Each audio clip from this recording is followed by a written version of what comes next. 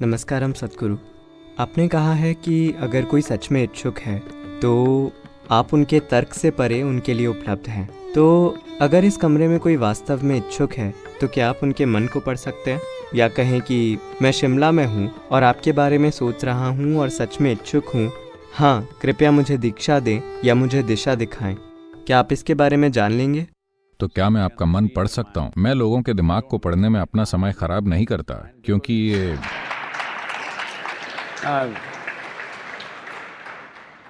मैं खुद का दिमाग भी नहीं पढ़ता, क्योंकि ये कूड़ेदान जैसा है।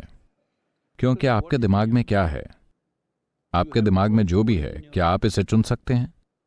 आपके बचपन से ही जो कुछ भी आपने देखा, जो आप देखते हैं, सुनते हैं, सूंघते हैं, चखते हैं, सब कुछ आपके दिमाग में है ना?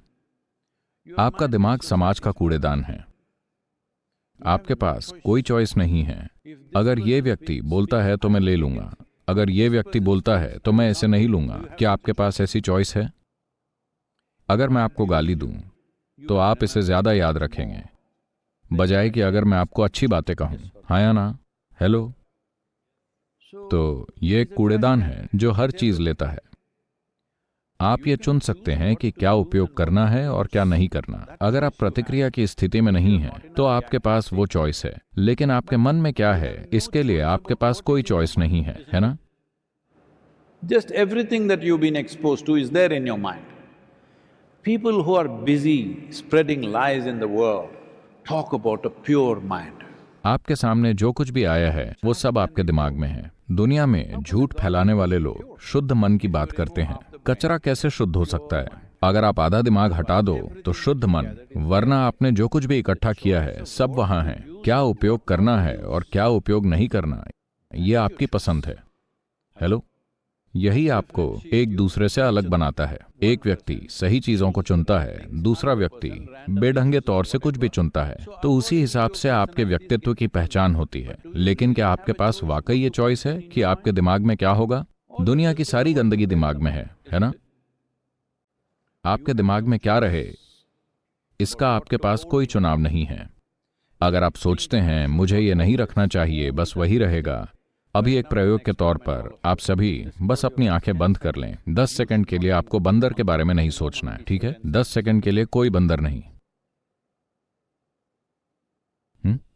सिर्फ बंदर, है ना? इसलिए मैं कह रहा हूं कि आपके पास कोई चुनाव नहीं है। जो कुछ भी अच्छा, बुरा और बकवास है, आपके रास्ते में आने वाली सब चीजें आपके दिमाग में हैं। आप चुन नहीं सकते। आप नहीं चुन सकते कि क्या पकड़ना है, आप बस ये चुन सकते हैं कि क्या उपयोग करना है। वो चुनाव भी बहुत से लोग खो चुके हैं। तो आपके मन को पढ़ने की बात ना करें। मैं वो सारी गंदगी पर से नहीं चलना चाहता। हेलो? मैं अपने दिमाग को भी नहीं पढ़ता। आपके बारे में तो भूल जाएं। लेकिन मूल प्रश्न कुछ और ही है। ये सिर्फ मैंने साइड में कुछ और भी बात कर ली। मुझे आपको यह बताना चाहिए, मैंने दुनिया में ऐसे ज्यादा लोगों को दीक्षित किया है जिनसे मैं कभी नहीं मिला। उनकी तुलना में जिनसे मैं मिला हूं, मैं कुछ लाख लोगों से मिला हूं, लेकिन मैंने इससे कई गुना ज्यादा लोगों को दीक्षा दी है जिनसे मैं कभी नहीं मिला हूं। उन्होंने मुझे कभी नहीं देखा, वो मेरे बारे में कुछ नहीं जानते। बस अगर वो पूरी इच्छा के क्षण में थे तो हम मौका नहीं चूके। तो पूरी इच्छा का मतलब यह है कि आप सचेत हैं और आपकी अपनी कोई इच्छा नहीं है। आप बस यहां हैं। अगर आप ऐसे शिमला में भी ऐसे हैं, फर्क नहीं पड़ता आप शिमला में हैं या उत्तरी ध्रुव में, इससे कोई फर्क नहीं पड़ता, क्योंकि चेतना में कोई दूरी नहीं होती। आप एक ही कमरे में होने की बात कर रहे हैं, यह सिर्फ शरीर की समस्या है। आपका शरीर वहां है, मेरा शरीर यहां है। यह बहुत साफ है। ये मेरा शरीर है, वो आपका शरीर है। ये मेरा मन है, वो आपका मन है। स्पष्ट है।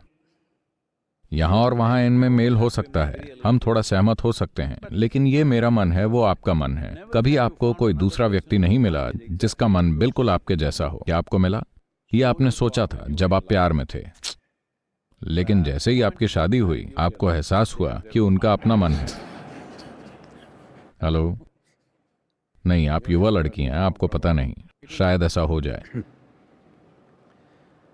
तो ये मेरा मन है, ये मेरा शरीर है, वो आपका शरीर है, वो आपका मन है। अभी ये चीजें कम से कम अभी के लिए साफ रूप से अलग हैं, लेकिन मैं चाहता हूं कि आप ये समझें कि मेरा जीवन और आपका जीवन जैसी कोई चीज नहीं है। आपके पास उसी चीज का थोड़ा हिस्सा है, मेरे पास भी थोड़ा हिस्सा उसी चीज का है। ये ऐसा है, शिमला में, आप शिमला में पले बड़े हैं? शिमला में क्या आपने स्कूल में साबुन के बुलबुले उड़ाए हैं? ये ऐसा ही कुछ आपने किया? मान लीजिए कि आप और मैं, आज हमारी साबुन के बुलबुले की प्रतियोगिता है। आप और मैं साबुन के बुलबुले उड़ाने जा रहे हैं। मेरा बुलबुला इतना बड़ा है, आपका इतना है। तो मैं कहता हूं, देखो इसे देखो, ये बड़ा बुलबुला मेरा बुलबुला है। ये चला गया। तब मैं नहीं कहता ये मेरी हवा है, वो आपकी हवा है।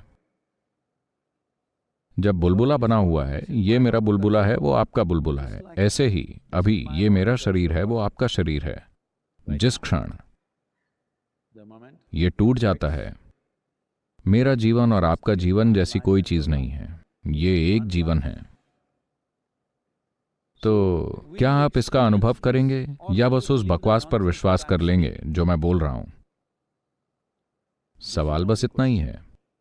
अगर आप इसका अनुभव करते हैं, उसके बाद मुझे आपको यह कहने की जरूरत नहीं, जो आपके बगल में बैठा है उसके साथ अच्छा व्यवहार करें, उसे लूटें नहीं, मारे नहीं, ऐसा ना करें, वैसा ना करें। क्या आपको इसकी जरूरत होगी?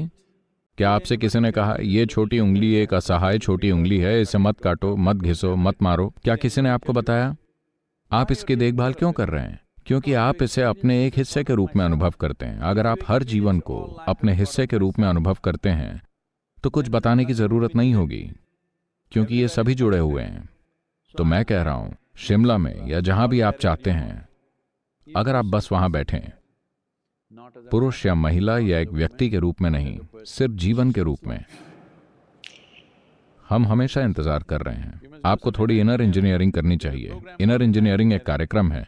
हम एक काम कर सकते हैं अगर जब आप समर्पित हों, क्योंकि हम उसे उन लोगों को नहीं देना चाहते जो इसके महत्व को नहीं समझते, क्योंकि ये एक जबरदस्त साधन है। इससे लाखों लोगों के जीवन में बदलाव आया है।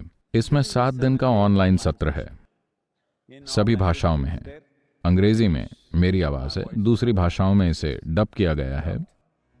अपने मन को खोलने के लिए आप 7 सरल कदम उठाते हैं। फिर एक सरल अभ्यास है जिसे ज्यादा प्रत्यक्ष रूप से करना पड़ता है, जिसे शांभवी महामुद्रा कहा जाता है।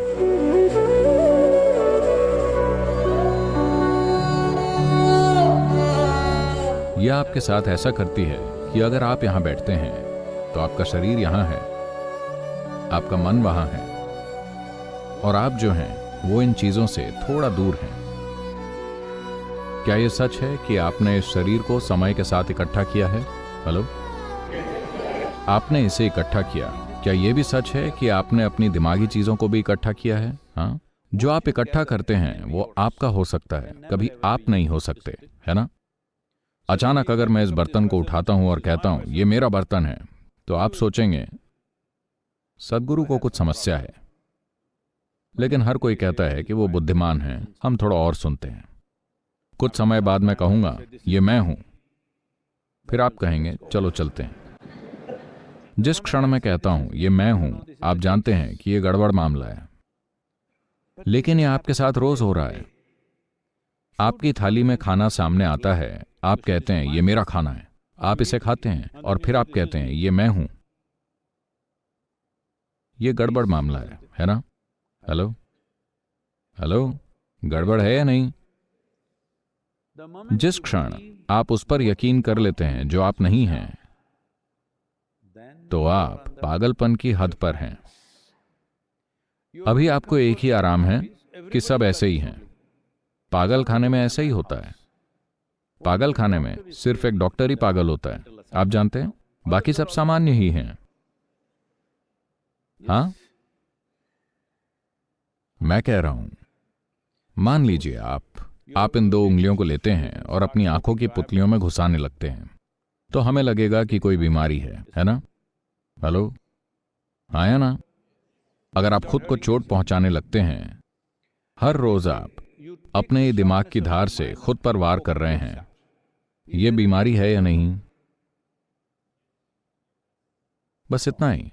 अगर आप अपने आप को कोई तकलीफ दे रहे हैं, तो यही गड़बड़ है। लेकिन हर कोई ऐसा ही है, यही एक फायदा है, ये इसे ढक लेता है। हर किसी का ऐसा होना इसे सामान्य नहीं बनाता। हेलो, नहीं, मुझे नहीं लगता कि यह सामान्य है। तो अगर आप एक पल के लिए भी सामान्य जीवन है तो हम आपसे शिमला में भी मिल लेंगे। वो क्या है? 99,999। What is the frequency? कौन सी फ्रीक्वेंसी? नहीं, उस फ्रीक्वेंसी के बिना ही हम आपको पूरे 100 पर मिलेंगे। धन्यवाद, बहुत बहुत धन्यवाद।